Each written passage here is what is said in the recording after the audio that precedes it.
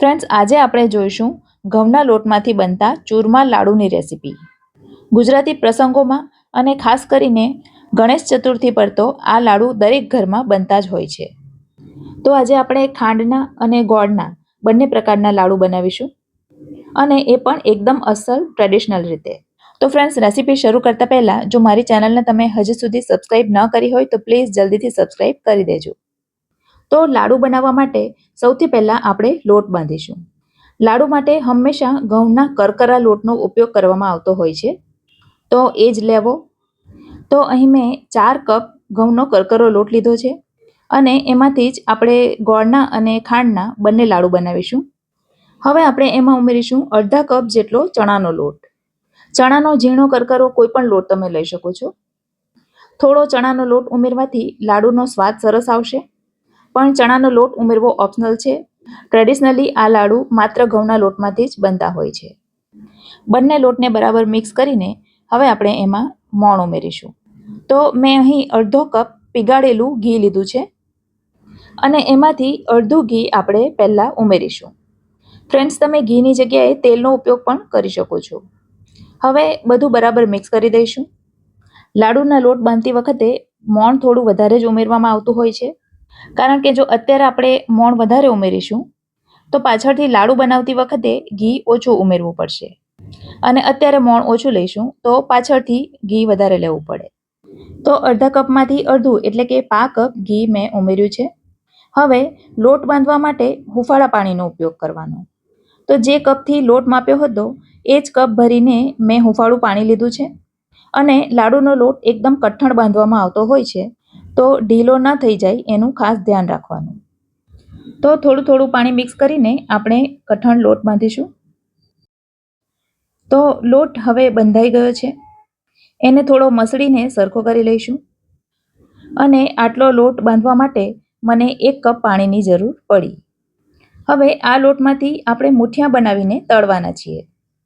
તો બાંધેલા લોટમાંથી મુઠ્ઠીમાં સમાય એવડા મુઠિયા બનાવીશું. મુઠિયા થોડા પોલા હાથે જ બનાવવાના, જેથી તળતી વખતે અંદરથી કાચા ન રહે. અને દરેક મુઠિયાને આ રીતે છેલ્લે આંગળીથી દબાવી દેવાના.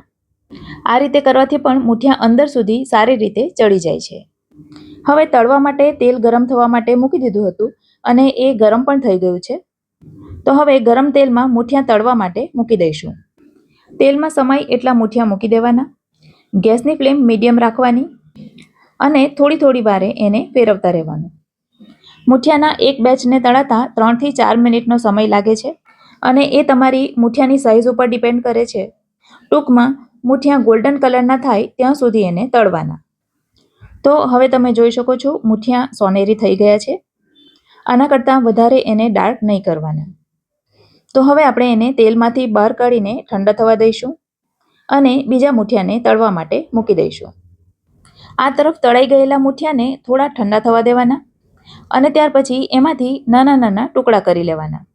આપણે એને મિક્સરમાં પીસવાના છીએ, તો મિક્સરમાં પીસાય એ પ્રકારના ટુકડા કરી દેવાના. તો બધા મુઠિયાના ટુકડા કરી દીધા છે, અને મુઠિયાનો બીજો બેચ પણ તળાઈ ગયો છે. હવે એ ગરમ મુઠિયા ઠંડા થાય ત્યાં સુધીમાં જે આપણે ટુકડા કર્યા છે ને, એને આપણે મિક્સરમાં પીસી લઈશું. મિક્સરમાં એનો ઝીણો પાવડર બનાવી દઈશું, અને એને એક વાસણમાં કાઢી લઈશું. તો તળેલા મુઠિયાને એક બીજા વાસણમાં લઈ એ જ વાસણમાં મેં ભૂકો ભેગો કર્યો છે, જેથી વધારે વાસણ ન બગડે. હવે આ ભૂકાને આમ તો ચોખા ચાળવાની ચાળણીથી ચાળવાનો હોય છે, કારણ કે એમાં લોટના થોડા થોડા ગઠ્ઠા રહી ગયા હોય છે. પણ મેં એટલું સરસ પીસ્યું છે કે એમાં એકેય ગઠ્ઠો દેખાતો નથી, તો હું આ ચાળવાની પ્રોસેસ નથી કરતી. તો આ રીતે બધા મુઠિયાનો ભૂકો તૈયાર થઈ ગયો છે. હવે અહીં આપણે ગોળના અને ખાંડના એમ 2 પ્રકારના લાડુ બનાવવાના છીએ. તો આ જ લોટમાંથી આપણે 2 ભાગ કરી લઈશું. હવે એક ભાગને મેં એક વાડકામાં કાઢી લીધો છે. તો સૌથી પહેલાં આપણે ખાંડના લાડુ બનાવીશું. પણ એ પહેલાં અહીં મેં લાડુમાં ઉમેરવા માટે થોડી લાલ દ્રાક્ષ લીધી છે, અને પહેલાં તો એને સારી રીતે ધોઈ લઈશું, જેથી એમાંનો ધૂળ કચરો નીકળી જાય. ત્યાર પછી એને એક કોરા કપડા ઉપર કાઢી બિલકુલ ભેજ ન રહે એ રીતે લૂછી લેવાની. હવે આ તરફ લાડુના મિશ્રણમાં 1 ચમચી એલચીનો પાવડર ઉમેરીશું, અને જે દ્રાક્ષ આપણે કોરી કરીને રાખી છે એમાંની થોડી દ્રાક્ષ આપણે એમાં ઉમેરી દઈશું. સૂકી લાલ દ્રાક્ષનો સ્વાદ લાડુમાં ખૂબ જ સરસ લાગતો હોય છે ફ્રેન્ડ્સ, તો એ તમે ખાસ ઉમેરજો. હવે 1 કપ કરતાં થોડી ઓછી મેં દળેલી ખાંડ ઉમેરી છે, તો એ ઉમેરી દઈશું. આ સિવાય તમે એમાં ડ્રાય ફ્રૂટ્સ પણ ઉમેરી શકો છો, પણ હું એમાં લાલ દ્રાક્ષ સિવાય બીજું કશું નથી ઉમેરતી, માટે મેં નથી ઉમેર્યા. હવે બધું બરાબર મિક્સ કરી દેવાનું પહેલાં તો, અને બધું બરાબર મિક્સ થઈ જાય ત્યાર પછી આ ભૂકો ચાખીને ખાંડનું પ્રમાણ તમે ચેક કરી શકો છો. હવે લાડુને બાંધવા માટે આપણે ઘી ઉમેરીશું. તો અડધો કપ પીગાળેલું ઘી લીધું છે અને એ બધું જ ઘી આપણે એમાં ઉમેરી દઈશું. ફરી પાછું ઘી સાથે બધું સરસ રીતે મિક્સ કરી દઈશું. આ લાડુ ઘીથી જ બંધાય છે, તો જો ઘી ઓછું હશે તો લાડુ બંધાશે જ નહીં, અને એવું લાગે તો ફરી પાછું થોડું ઘી ઉમેરવાનું. તો મેં પણ અહીં 1/2 કપ જેટલું ઘી ફરીથી ઉમેર્યું છે. હવે બધું બરાબર મિક્સ કરીને લાડુ વાળીને જોઈ લેવાનું. તો તમે જોઈ શકો છો કે લાડુ હવે બંધાય છે, તો હવે એમાં ઘી ઉમેરવાની જરૂર નથી. તો હવે આ રીતે બધા લાડુ વાળી દેવાના. લાડુ એકદમ દાબીને વાળવાના, જેથી સરસ રીતે બંધાયેલા રહે. અને બધા લાડુ તૈયાર થઈ જાય ત્યાર પછી એના ઉપર ખસખસ ભભરાવી દેવાની. લાડુની અંદર પણ તમે ખસખસ ઉમેરી શકો છો, કારણ કે ખસખસ ઉમેરવાથી લાડુ પચવામાં ભારે નથી પડતા. પણ હું હંમેશા આ રીતે ઉપરથી જ ખસખસ છાંટું છું.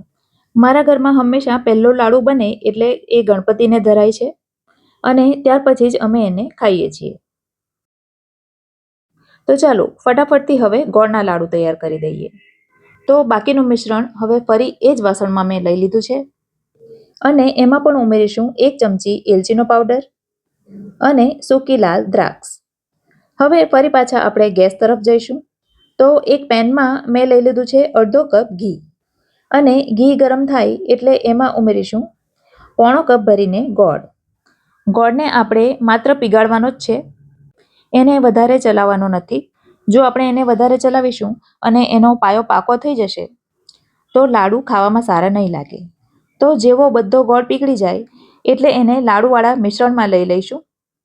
હવે ગોળ ગરમ છે તો પહેલાં ચમચાની મદદથી બધું મિક્સ કરી દઈશું. અહીં આપણને અડધો કપ ઘી પૂરતું થઈ જશે, કારણ કે ગોળ છે ને, એટલે આપણને લાડુ વાળવામાં કોઈ તકલીફ નહીં પડે. મિશ્રણ થોડું ઠંડુ થાય એટલે હાથથી બરાબર મિક્સ કરી દેવાનું. અને આ લાડુને આપણે સંચામાં બનાવીએ, જેથી થોડા ડિઝાઇનવાળા અને અલગ દેખાય. તો લાડુનું મિશ્રણ આ રીતે સંચામાં સરસ રીતે ભરી દઈશું. થોડું દબાણ આપીને ભરીશું, અને ત્યાર પછી પ્લેટમાં આ રીતે થપથપાવીને કાઢી લઈશું. દેખાય છે ને એકદમ મોંમાં પાણી આવે એવો. તો આ રીતે બધા લાડુ તૈયાર કરી દેવાના, અને એના ઉપર પણ ખસખસ ભભરાવી દેવાની. 4 કપ ઘઉંના લોટમાંથી 20 નંગ જેટલા લાડુ તૈયાર થાય છે. ખૂબ જ ટેસ્ટી બને છે ફ્રેન્ડ્સ આ લાડુ. રેસીપી જો ગમી હોય તો વિડીયોને લાઇક જરૂરથી કરજો, અને તમારા સર્કલમાં શેર કરજો. તો ફરી મળીશું આવી જ એક નવી રેસીપી સાથે. ત્યાં સુધી મને રજા આપો. આવજો.